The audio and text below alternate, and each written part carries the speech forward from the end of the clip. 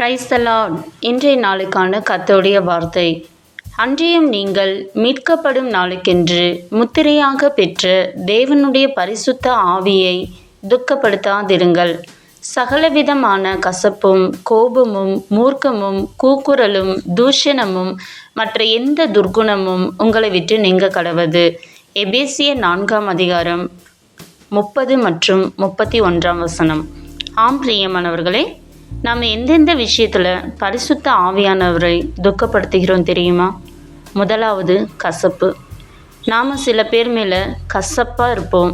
அவங்கள பார்த்தாவே நமக்கு பிடிக்காது. அவங்க நமக்கு துரோகம் பண்ணிட்டாங்க அப்படின்னு சொல்லிட்டு அவங்கள நம்ம வெறுத்துருவோம்.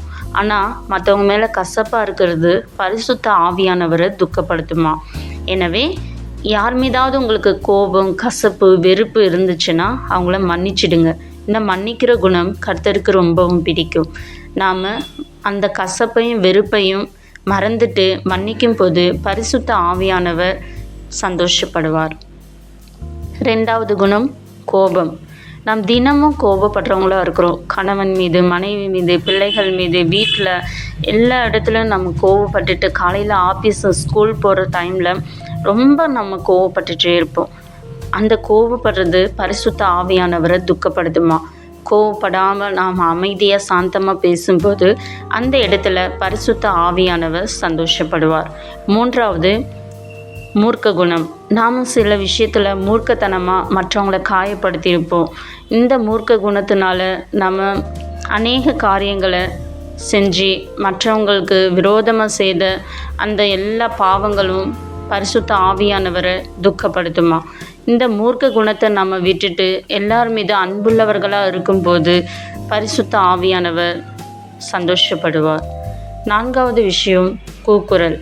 நம்ம வீட்டில் எப்போ பாரு சண்டை போட்டுகிட்டே இருப்போம். மனைவி மீது, பிள்ளைகள் மீது, புருஷன் மீது, மாமியார் மீது எல்லாம் ஒரு சண்டை கத்திக்கிட்டே இருப்போம். காலையிலேருந்து ராத்திரி வரைக்கும் கத்திக்கிட்டே இருப்போம். ஆனால் அதனால எந்த பிரயோஜனமும் இல்லை. அது பரிசுத்த ஆவியானவரை துக்கப்படுத்துமா? ஆனால் நமக்கு அந்த கூக்குரல் இல்லாமல் சமாதானம், சந்தோஷம், ஒரு அமைதி நம்ம வீட்டில் எப்போது இருக்கும்போது அந்த ஒரு விஷயத்தில் பரிசுத்த ஆவியானவர் ரொம்பவும் சந்தோஷப்படுவார். நம்ம சண்டை போடாமல் அவங்கள மன்னித்து அவங்க செய்கிற காரியங்களை நம்ம மன்னிக்கும் போது பரிசுத்த ஆவியானவர் சந்தோஷப்படுவார். 5வது தூஷணம். நம்ம தினமும் யாரையாவது திட்டிக்கிட்டே இருப்போம். அவங்க மேலே பொல்லாத வார்த்தைகளை சொல்லுவோம். அவங்களுக்கு சாபம் கொடுத்துட்டே இருப்போம். இந்த மாதிரி ஒரு காரியம் பரிசுத்த ஆவியானவரை துக்கப்படுத்துமா? நம்ம யாரையும் தப்பாக பேசக்கூடாது. அவங்க மேலே பொல்லாத வார்த்தைகளை நம்ம பேசக்கூடாது. அவங்கள மேலே சாபம் வர்ற மாதிரி நம்ம பேசக்கூடாது. இதெல்லாம் நம்ம அறியாமல் டெய்லி நம்ம செய்கிற ஒரு காரியமாக இருக்குது. இந்த மாதிரி காரியம் பரிசுத்த ஆவியானவரை துக்கப்படுத்தும். எனவே நம்ம யாரையாவது இந்த மாதிரி பேசியிருந்தா பரிசுத்த ஆவியானவர்கிட்ட நம்ம மன்னிப்பு கேட்டு அதை நம்ம விட்டு விடும்போது அவர் நம்மளுடைய விஷயத்தில் சந்தோஷப்படுவார்.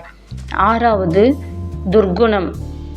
எந்தெந்த கெட்ட குணங்கள் இருக்கோ, பொய் சொல்கிறது, திருடுறது, கொலை செய்கிறது, விக்ராரதனை, விபச்சாரம், மற்றவங்களுக்கு விரோதமாக செய்கிற இந்த எல்லா கெட்ட குணங்களும் பரிசுத்த ஆவியானவரை துக்கப்படுத்துமா? எனவே பரிசுத்த ஆவியானவரை துக்கப்படுத்துகிற இந்த 6 விஷயங்களும் நம்மளுடைய வாழ்க்கையில் அன்றாடம் இதை நம்ம தெரியாமல் செஞ்சுக்கிட்டே இருக்கிறோம். இது சின்ன காரியம் தானேன்னு நம்ம நினச்சிக்கிறோம். ஆனால் அந்த சின்ன விஷயந்தான் டெய்லி செய்கிற அந்த கோபம், கசப்பு, வெறுப்பு, மூர்க்கம், துர்க்குணம், கூக்குரல், இதுதான் பரிசுத்த ஆவியானவரை துக்கப்படுத்துகிற ஒரு காரியமாக இருக்குது.